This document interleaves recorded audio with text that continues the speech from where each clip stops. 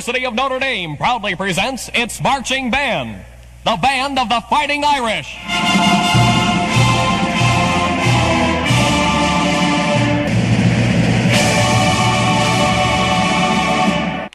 Yes, the countdown continues to the big game with the Clemson Tigers, and here to help us count that down is Len Clark. Welcome to the programme once again, Len.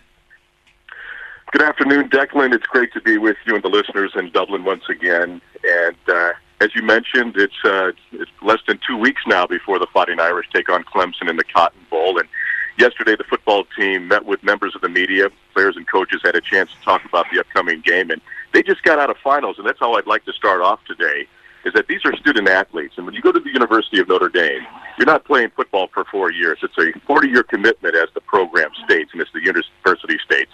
They're preparing individuals for leadership roles in their community and life. And the architect of that is the director of athletics at the University of Notre Dame, Mr. Jack Swarbrick, and he's on the line right now. And it's my privilege to introduce you, Jack, to listeners in Dublin and the host of the program, Declan Hughes. I'm thrilled to join you. Great to have you with us, sir. Welcome to the programme. Now, it's a massive responsibility you have there as the Director of Athletics. You're not just responsible for the football programme, you're responsible for everything, basically.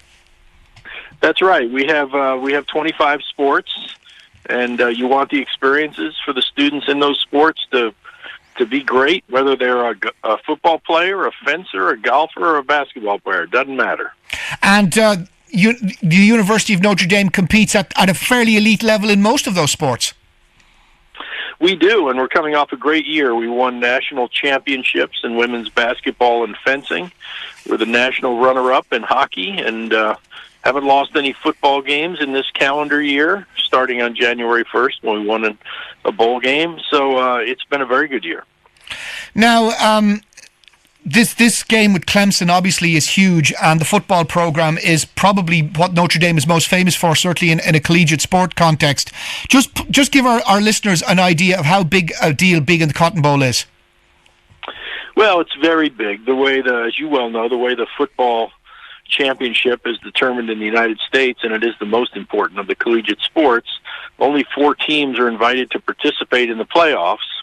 And getting into them is in and of itself a great achievement for us. Out of all the schools in college football, we're one of only 4 that have a chance to win that national championship.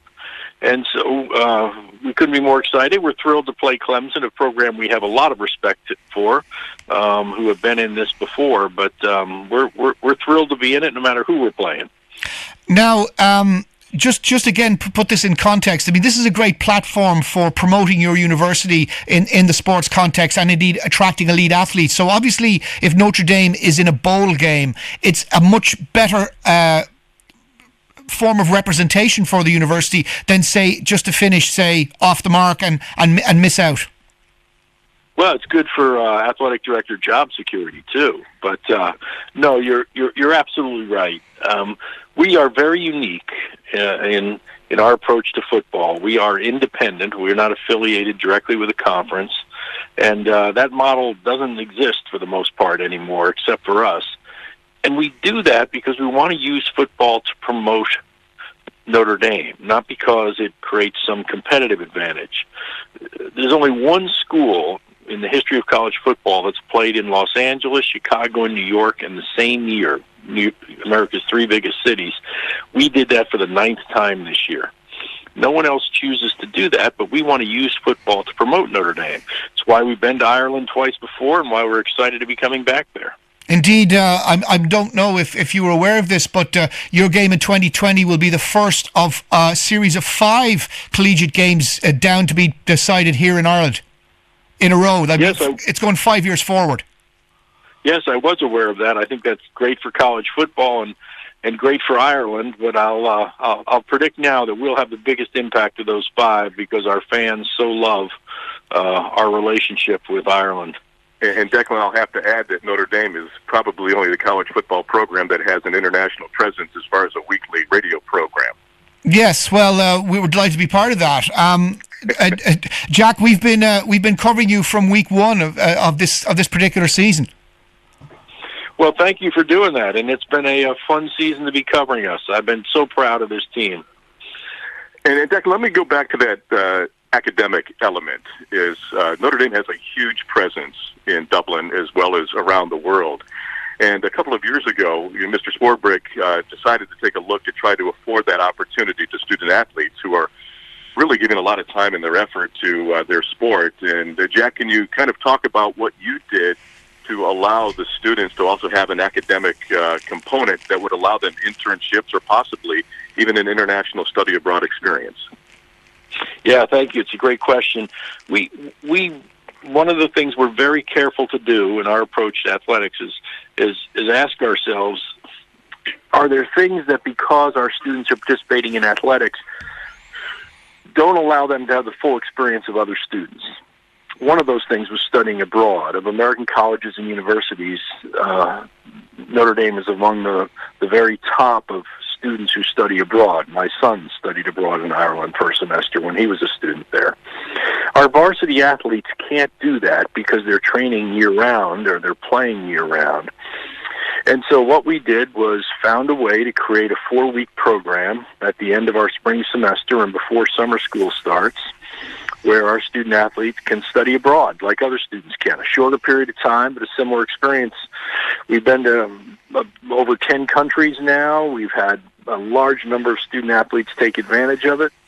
And it's just one more way we act on our commitment to make sure that while we prepare those students to be great athletes, we're also preparing them to be great students and great leaders in society.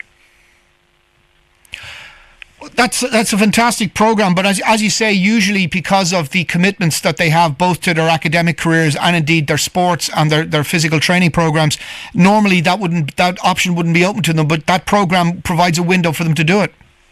Exactly. I mean, you've got to be creative and find a way to do it. We did the same thing with career services. It's hard in America during college. Most students have a summer internship that helps prepare them for their jobs. Again, our students don't have the full summer available to them if they're student athletes.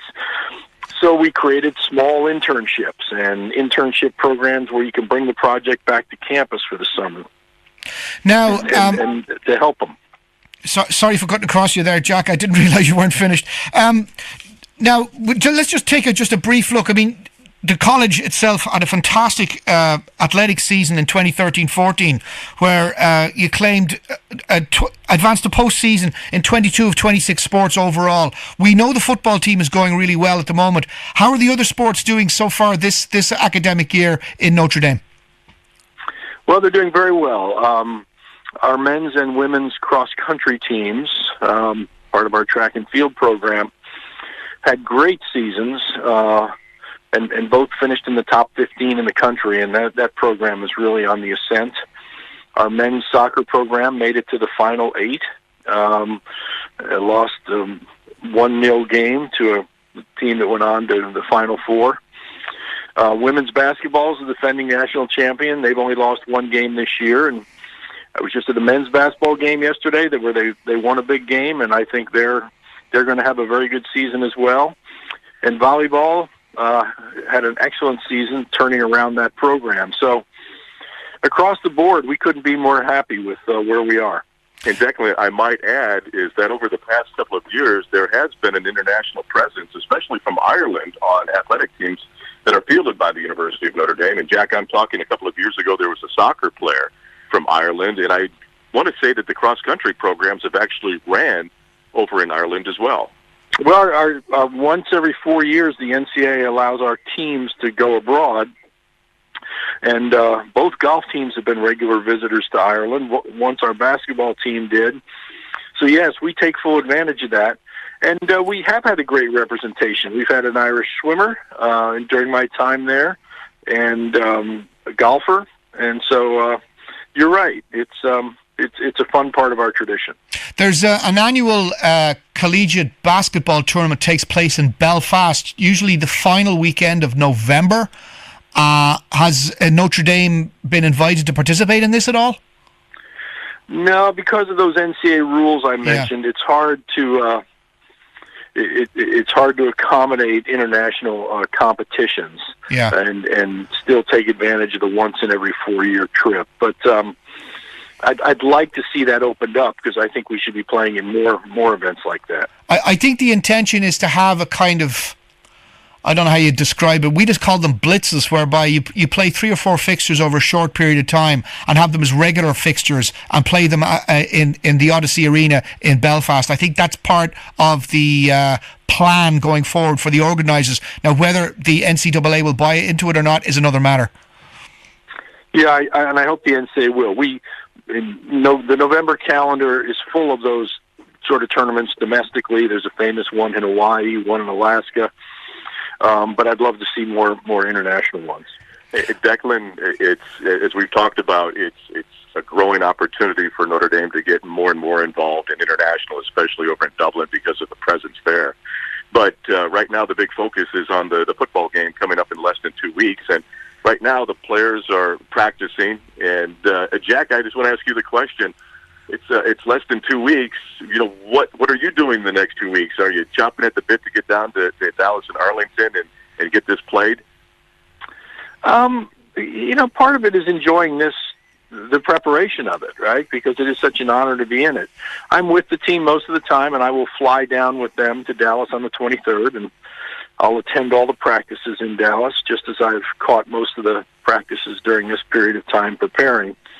It's a great team to be around. I've been doing this, Declan, for 11 years now at Notre Dame, and this is the most focused team in terms of its approach to practice every day. I can't recall a single practice all year where you didn't feel like they were completely tuned into what they were doing. Well, we've been featuring some post-game audio that Len has kindly made available to us, and the sense of focus that you get from listening to the student athletes is quite something to behold.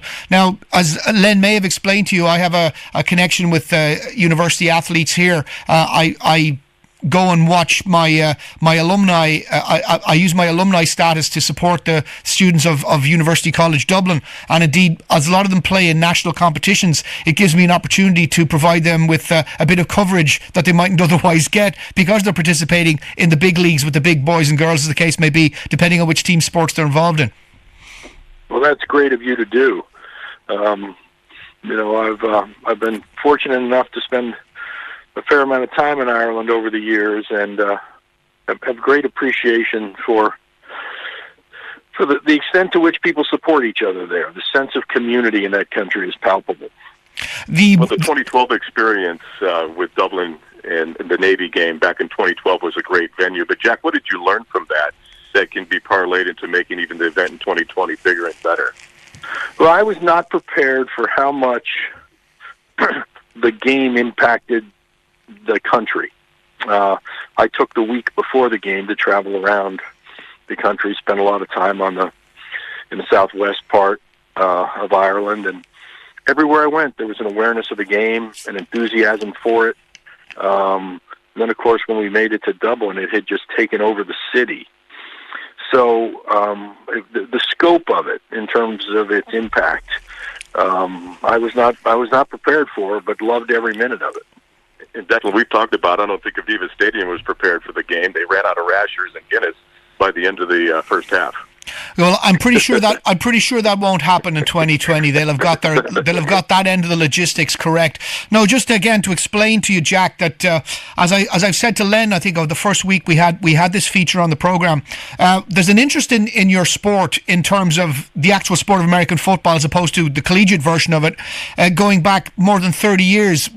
We have a lot of British TV on cable over here, and a channel called Channel 4 applied for and got the rights for the UK and Ireland to show the NFL in the early 1980s. So a lot of us are familiar with NFL teams from that period, and indeed, people like William the Refrigerator Perry and Jim McMahon from the Chicago Bears that won the Super Bowl in '86, and those great 49er teams that followed in the wake of that, and the Giants popping up here again and winning stuff, and the Redskins popping up and winning stuff, and so on and so forth. There's an interest in American football in this part of the world that you possibly mightn't get a real feel for how deeply felt it is when you're sitting in North Bend, Indiana. Yeah, although I must say that was one of the things that was clear to me in our game in 12. how tuned in the fans were to the game, and how sophisticated their understanding of it was. Nothing about it felt. Now we did have a lot of Americans in the crowd, but the Irish fans in attendance clearly understood football well and had a real appreciation for it. And Although the two questions I got more than any during that period of time were, one, how big are the guys in terms of the physical size and weight? Yeah. And the other was people repeatedly asked me to explain how the cheerleader system worked. And Declan, it's not just a game. As you well know, it's a whole event. So the university ties in academic, social events, all during the week leading up to the game and the kickoff at Aviva Stadium. And Jack, I imagine that's being planned right now. But how can individuals, the growing fan base in Dublin with expatriates and alumni and now new Notre Dame fans, what can they do to stay in tune to really take full advantage and prepare for this opportunity?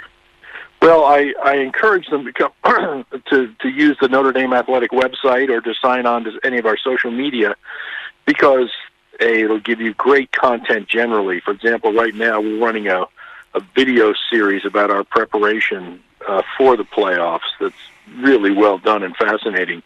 But through that vehicle, as we develop the programs around the visit to Ireland, you'll have an opportunity to see them and potentially sign up for them. You're absolutely right. We will do community service projects and educational projects, and we'll have a lot of fun with the parade and some other things. So it's much more than a football game. Now, Declan has also informed me that the GAA final is the following day in Dublin, so it's going to be a very hectic weekend, if you might say, but an exciting one for Dublin. And right now, individuals, if you're listening, make your plans right now to book and get to Dublin in 2020, right, Declan?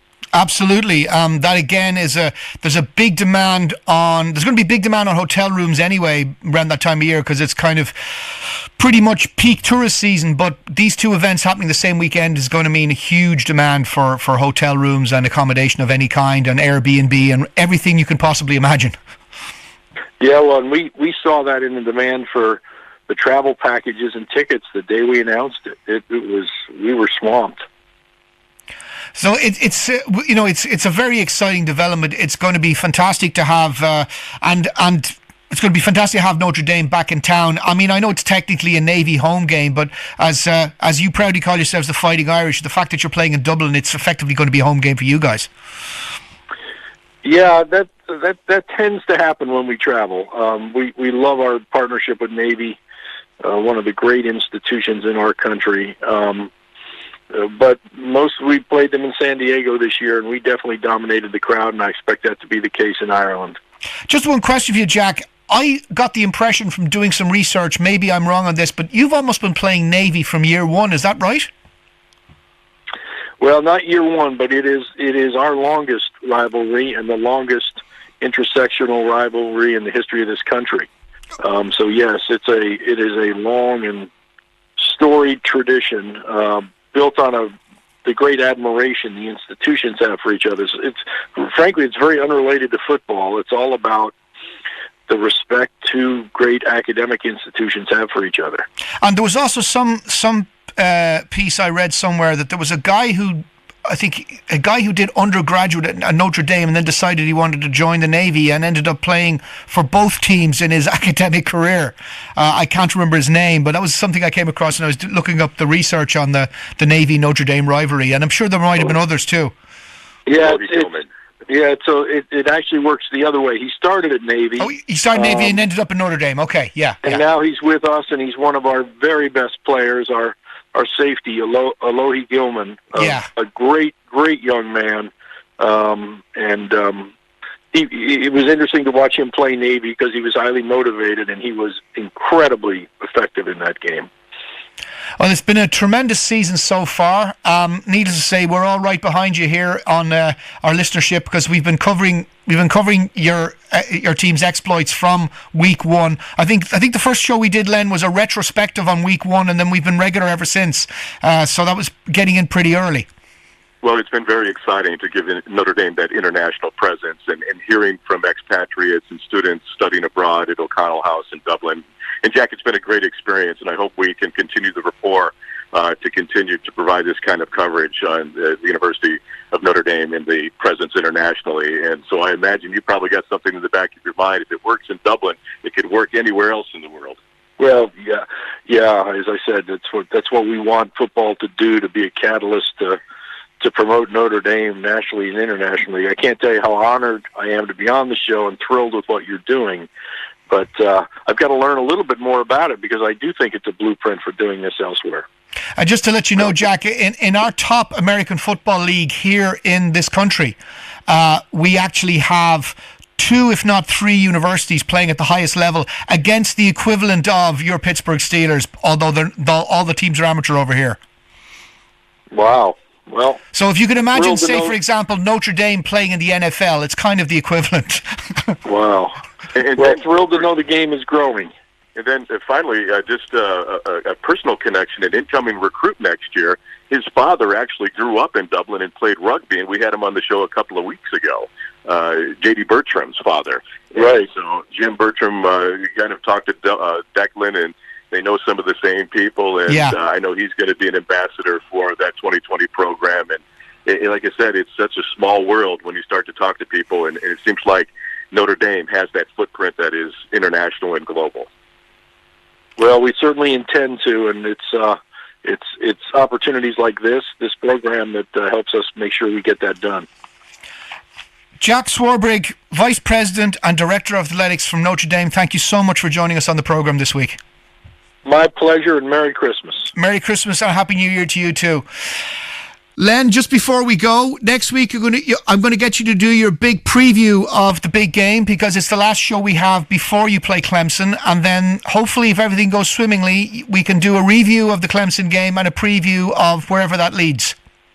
Looking forward to it. We have the audio from yesterday's media conference, but we'll be talking to the players and coaches as the approach to the Cotton Bowl comes up. And I'd like to wish everybody in Dublin a Merry Christmas, as well as you, Jack, Merry Christmas, and Declan, Merry Christmas to you and everybody at Dublin City FM. And many happy returns to all of you. But Len, we need to do this again next week to finalise the prep, because my final show of the season, of the year I should say, goes out on the 23rd of December. Jack and Len, thank you so much for joining me on the programme. Thank you. Bye. And that's all we have time for on our Notre Dame slot.